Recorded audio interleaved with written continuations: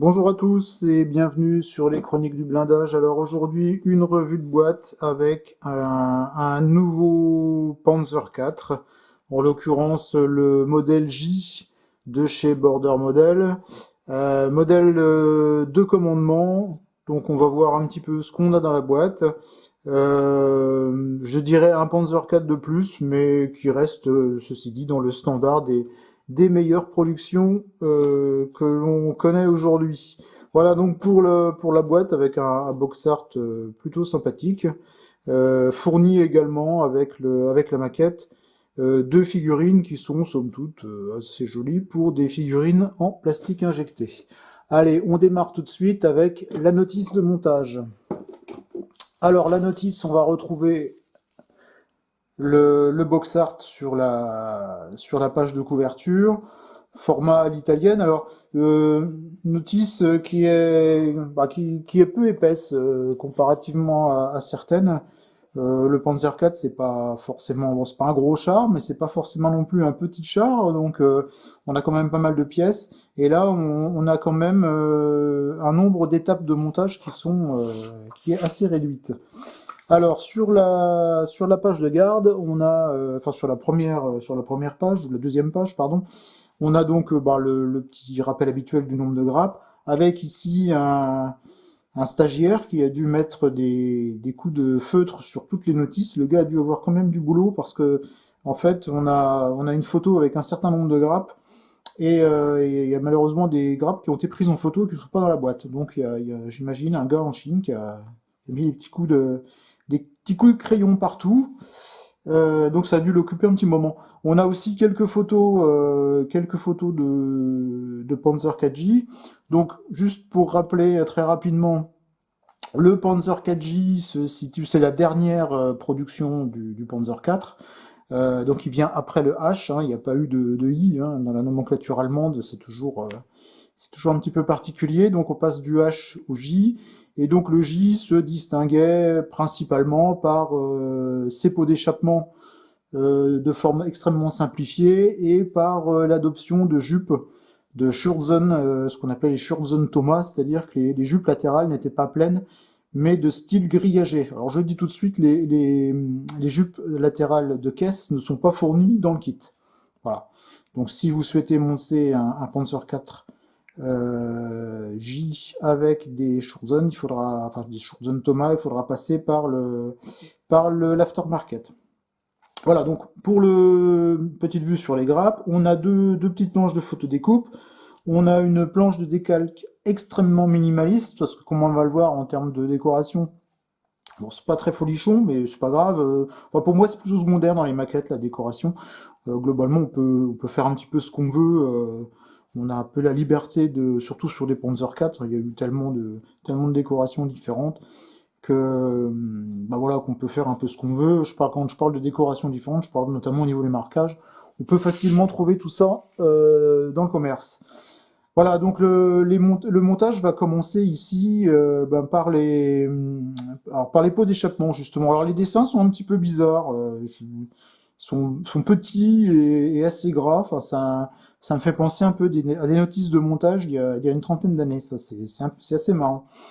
Donc on démarre par l'arrière en fait, les pots d'échappement, l'arrière de caisse, avec, alors attention en fonction de... Alors vous verrez, il y a plusieurs pièces en double, voire en triple dans la boîte, donc il faut bien encore une fois repérer la version qu'on désire faire, et puis bien repérer les pièces pardon, qu'on va utiliser.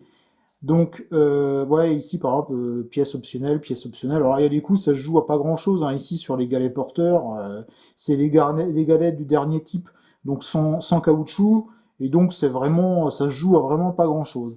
Donc voilà étape 4 on attaque la partie caisse, on collera l'arrière de caisse. Ensuite, on travaille toujours sur la caisse. Après, bon, il n'y a rien de particulier, hein. Le montage des bogies donc avec les roues, la roue tondeuse, le barbotin, les chenilles. Alors ici, ce sont les chenilles, les chenilles de secours, je dirais, celles qui sont montées sur le glacis ou de protection du glacis, hein. On y reviendra. Je vois les chenilles, ça me fait penser aux chenilles, mais on y reviendra après. Donc Sachez qu'elles sont fournies par section individuelle, donc préassemblées ou maillons individuels. On continue le montage avec donc les parois de la caisse, le dessus de caisse, la mitrailleuse de caisse. Alors, la boîte fournit la possibilité de réaliser un engin de commandement. Alors, c'est plutôt sympathique parce que j'aime bien les engins de commandement avec les antennes parapluie, enfin, etc. Donc, si vous faites un engin de commandement, il vous faudra 3 antennes. Donc, les 3 antennes et les 3 embases sont fournies, ça pose aucun problème. Par contre, Border fournit en plus un périscope d'observation d'artillerie. Donc à monter avec, sur la tourelle, à monter avec, on le verra après, avec les antennes du char de commandement. Alors vérifiez bien les sources, j'ai pas regardé parce que j'ai pas eu le temps, mais de mémoire, je n'ai jamais vu d'engin d'observation d'artillerie qui faisait également engin de commandement. Alors c'est possible, je dis pas que ça n'ait pas existé, je dis que c'est quelque chose que, à une époque je me suis intéressé un peu au Panzer IV, et j'ai vu soit les Panzer IV d'observation d'artillerie, soit les Panzer IV de commandement, mais j'ai jamais vu les deux, ça veut pas dire que ça n'existe pas, donc vérifiez quand même bien la documentation. Ceci dit, si vous choisissez de faire un Panzer IV de commandement sans mettre le périscope d'observation d'artillerie, ça sera tout à fait bon, hein, il n'y aura aucun problème là-dessus, à coup sûr vous serez bon. On continue le montage avec donc avec toute la partie outils à monter sur des garde-boue, enfin etc. Les petites pièces qui constituent l'accastillage de la caisse, avec donc avec les trappes, les garde-boue arrière. Alors ensuite ici, pareil, on est encore sur de la petite pièce. Là ici, on est sur du patin de rechange. Et donc on arrive aux chenilles. Ça, on va en parler après. On arrive aux chenilles. Donc je vous l'ai dit, les chenilles sont fournies par longueur ou par maillon séparé. Donc voilà, assemblées simplement comme vous le préconise la notice. Visiblement, elles sont plutôt bien faites et ça devrait bien se passer. Par contre, ici, on arrive donc, on revient au niveau de la caisse, et donc ici, on a les supports de jupe latérale. Alors, Border préconise de coller les parties en rouge et ensuite de les découper et de ne laisser que l'extrémité noire collée sur la caisse. Parce que Border estime que comme ils n'ont pas fourni les jupes extérieures, enfin les jupes latérales, on peut, et c'est plus évident, on peut enlever les supports des jupes latérales et ne laisser que les points de fixation à la caisse. Donc effectivement, si vous choisissez de ne pas installer de jupe latérale, ne laissez que les points de fixation à la caisse et enlevez les supports. Par contre, ne collez pas les supports. Coupez directement les points de fixation à la caisse et collez-les directement sur la caisse. Je pense que ça évitera un travail, je vais faire un petit zoom sur cette partie-là, ça évitera un travail inutile, voire à peut-être recasser ce qu'on a déjà collé. Voilà, donc pour ces pièces-là, si vous ne souhaitez pas monter de jupe latérale que vous auriez acquis en aftermarket, coupez simplement les parties noires, collez-les sur la caisse, et puis laissez tomber les parties rouges qui n'ont pas lieu d'être puisque vous n'aurez pas installé les jupes latérales. Donc à ce stade, les chenilles sont montées, la caisse est terminée. La partie tourelle, on commence par le canon. Alors le canon est fourni en laiton, en aluminium tourné, pardon, et pas en laiton.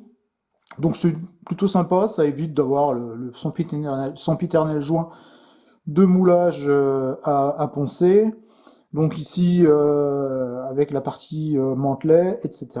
On passe à la partie tourello, avec des pièces, donc les épiscopes sont fournis en plastique transparent, donc avec certaines petites pièces optionnelles, comme ici par exemple la binoculaire, ça peut être intéressant, notamment sur un char de commandement, donc à monter sur le tourello du chef de char.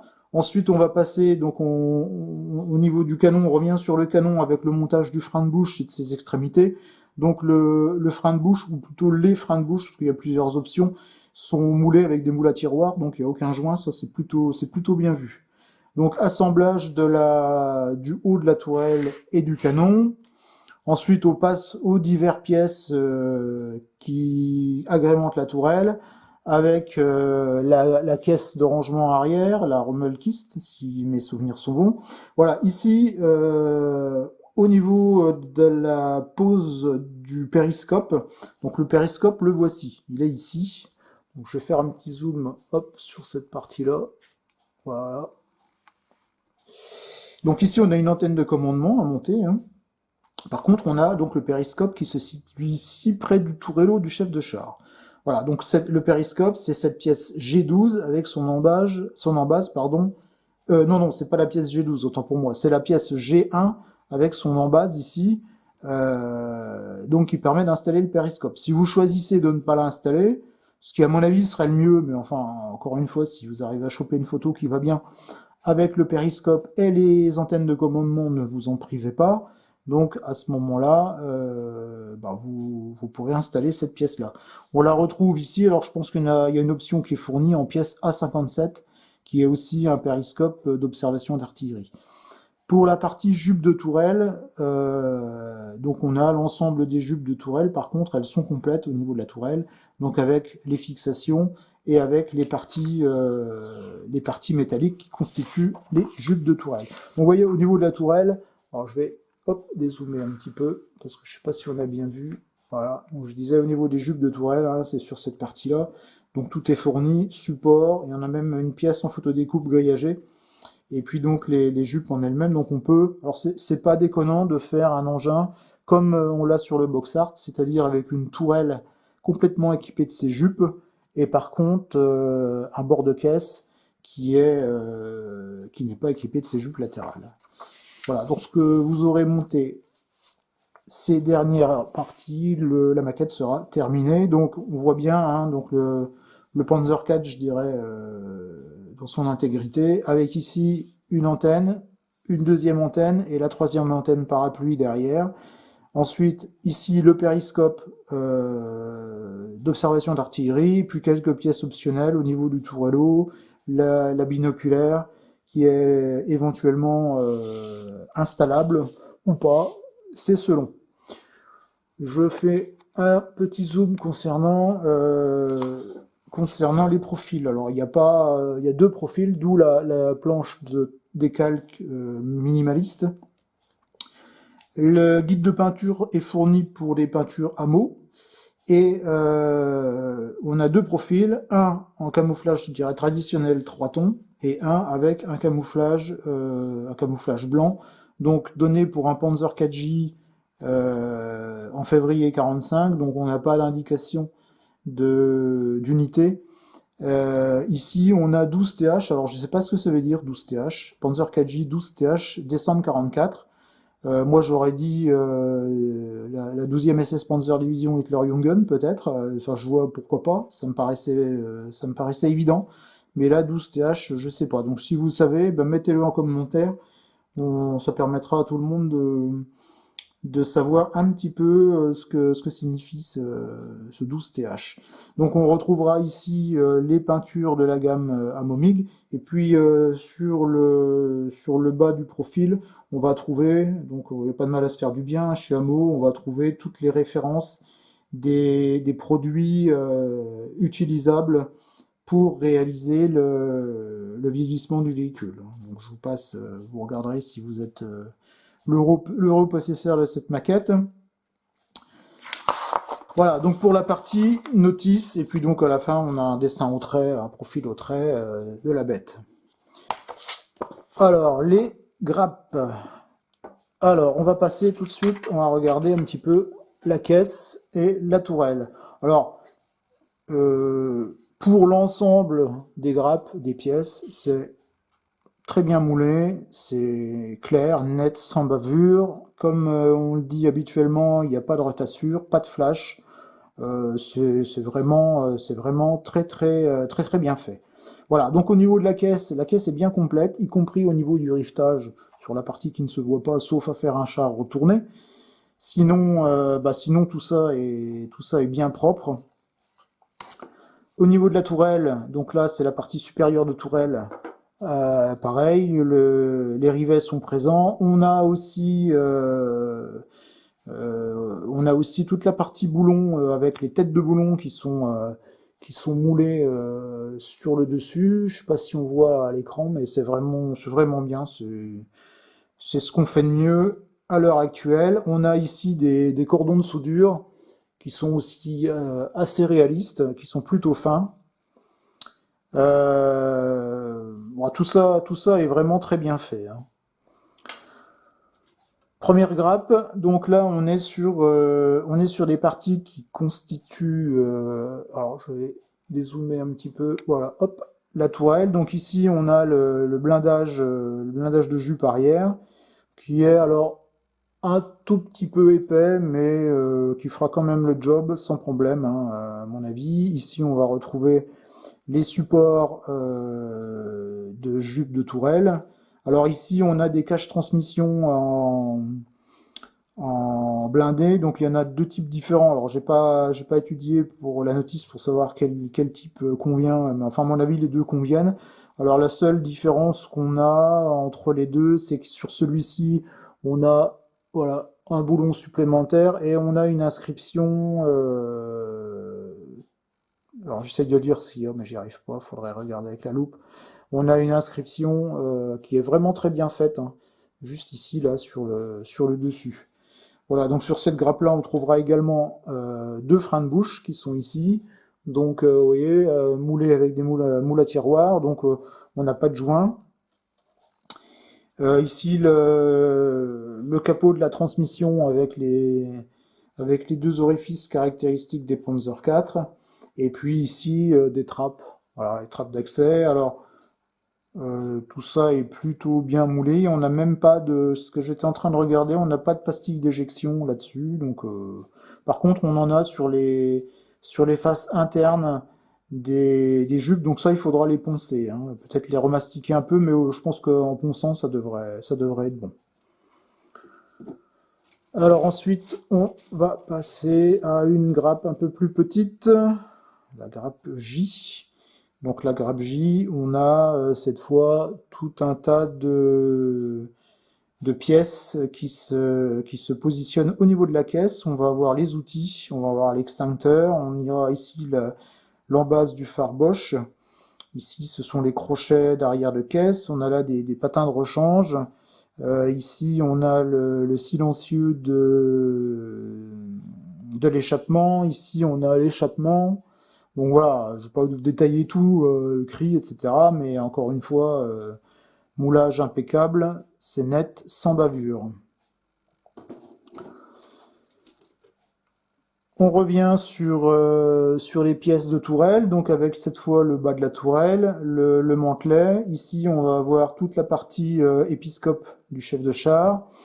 Alors, on a aussi un canon qui est moulé en deux parties en plastique, hein, mais on le verra tout à l'heure. Il est fourni en alu, donc ce serait dommage de s'en priver. Ici, on a à nouveau un frein de bouche avec technique moule à tiroir. Donc là, on a le frein de bouche, et puis ici, on doit avoir l'embase du canon. Je pense que oui, c'est ça. Donc pareil, moulé avec moule à tiroir. Donc tout ça est parfait. On a la culasse du canon qui est ici. Et puis donc là, on a des trappes de tourelle. On passe au train de roue. Alors ici, on a les roues, voilà, avec les inscriptions continentales. Je regarde si c'est bien continental, ça a l'air, à voir à la loupe. Donc ici, on a les galets porteurs, donc les galets de retour, hein. Alors faites attention, il y en a de plusieurs types, mais enfin, ça reste quand même assez subtil au niveau des différences. C'est un peu le jeu des 7 erreurs. Ici, on a la transmission avant, avec tout un tas de petites trappes ici. Et puis donc, on arrive sur les chenilles. Donc, des grappes comme ça, il y en a deux, hein, bien sûr. Donc, vous voyez que les chenilles sont moulées d'une pièce pour les parties horizontales. On a du maillon séparé pour les retours. Et puis donc, on a les petites parties qui correspondent aux parties inclinées à l'avant et à l'arrière des chenilles. Les maillons sont plutôt jolis. Il y a juste simplement quelques tétines d'éjection, c'est ce que j'étais. Alors heureusement, il n'y en a pas une sur chaque maillon, mais il y a quand même quelques tétines à poncer ici. ou voire à mastiquer si la retassure est trop profonde. Mais bon, voilà, si par rapport au travail qu'on gagne, au temps gagné par rapport à si on fait du maillon individuel, c'est pas grand-chose de poncer tout ça et pour avoir quelque chose de propre. Ensuite, une autre grappe avec encore donc des roues, puisque donc il y a deux roues il y a deux roues par roue, je dirais, hein. Donc ce qui multiplie le nombre. Donc ici on a les bogies avec les amortisseurs. Ici c'est une alternative qui peut être intéressante. C'est une roue. Alors, je vais regarder si on voit bien. C'est une roue sans le caoutchouc. Ça se rencontrait parfois sur des bogies très usées. Les caoutchoucs avaient été arrachés lors des combats et parfois on avait un bogie avec une roue comme ça, sans caoutchouc. Donc ça peut être intéressant. On a quelques petits accessoires ici pour les figurines. Alors on a les traditionnels masques à gaz allemands, on a un seau, on a quelques jerrycans qui sont très jolis. Et puis donc aussi alternative intéressante, on a ici des patins de T34. Hein, c'est une disposition qu'on rencontrait parfois, notamment sur les engins du front de l'Est. Donc les équipages récupéraient des patins de chenilles russes pour protéger leur char. Donc effectivement, pourquoi pas mettre une section de patins de T34 à l'avant sur la caisse. Ensuite, on passe, donc ça c'est la partie supérieure de caisse, hein, donc pareil, hein, rien à dire, si ce n'est que c'est très très bien fait. Là, on va avoir donc l'arrière, donc c'est ce qui intervient dans les premières étapes de montage, avec donc la mise en place du pot d'échappement dessus, enfin etc. Là, on a quelques trappes, et puis donc ici, on a nos fameux supports qui sont, souvenez-vous, en rouge sur la notice.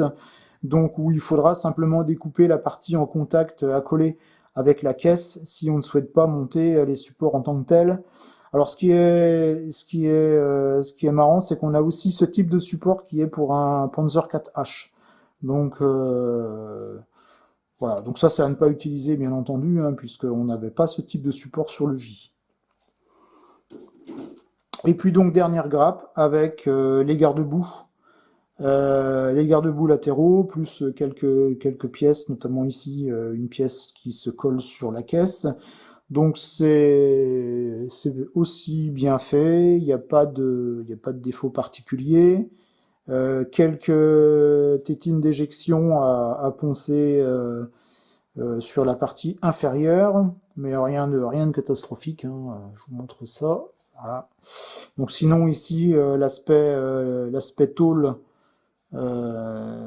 L'aspect tôle avec métal déployé est plutôt bien restitué. Il y a pas mal de petites choses, il y a pas mal de boulons. Enfin, c'est plutôt bien fait. Voilà, donc on est dans la lignée de ce qu'on vient déjà de voir. Pour terminer sur les pièces, le canon en alu. Donc voilà, hein, donc il y aura le frein de bouche installé d'un côté et puis ici la partie du manchon, le manchon qui sort de la tourelle. Les planches de photodécoupe. Donc, on a deux planches de photodécoupe. Voilà. Donc, une avec l'antenne parapluie, donc dédiée à l'antenne parapluie. Et puis donc, une avec des petits accessoires. Donc, on va retrouver ici, par exemple, les grilles à coller au niveau de la tourelle, sous les jupes de tourelle. Et puis ici, je crois que ça doit être les flaps d'entrée d'air du moteur, hein, qu'on peut ouvrir ou fermer.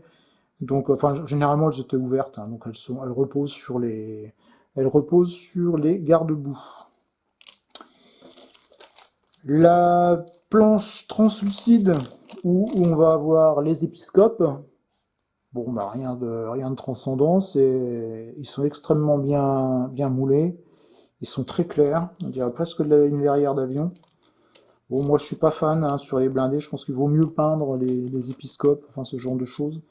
C'est un avis tout à fait personnel. Et puis donc la petite planche de transfert qui donc est minimaliste avec les croix allemandes et puis donc des numéros d'identification en fonction de l'une ou l'autre des versions que vous aurez choisies. Et pour terminer, les figurines. Alors, voilà. Donc on a deux figurines, on a un chef de char et puis donc on a un fantassin. Donc ici on est sur le fantassin. Bon bah c'est bien fait, c'est propre, net. C'est ce qui se fait de mieux en injecté en figurine. Bon, les plis sont pas trop marqués, mais ça c'est normal pour de l'injecté. Le visage est pas épalé, donc si vous ne souhaitez pas investir dans une tête résine, euh, ça pourra passer. Voilà, sinon pour le reste c'est plutôt pas mal. Et puis donc le chef de char avec les écouteurs. Donc lui est équipé d'une casquette, le fantassin équipé d'un casque. Voilà, donc le moulage est à hauteur du reste. Donc voilà pour ce Panzer IV de chez Border Model. Encore une bonne maquette de chez Border, hein. Alors bon, des Panzer IV, il y en a eu déjà beaucoup sur le marché, donc ça fait un Panzer IV de plus. Moi, à mon sens, il apporte en termes de décoration ou d'originalité, il n'apporte rien de plus que ce que certains autres maquettes apportaient déjà à l'époque. Ceci dit, voilà, si vous êtes fan du Panzer IV, ben n'hésitez pas. C'est une excellente maquette et je suis certain que vous prendrez beaucoup de plaisir à la monter et à la peindre. Voilà, sur ce, je vous dis à très bientôt sur les chroniques du blindage.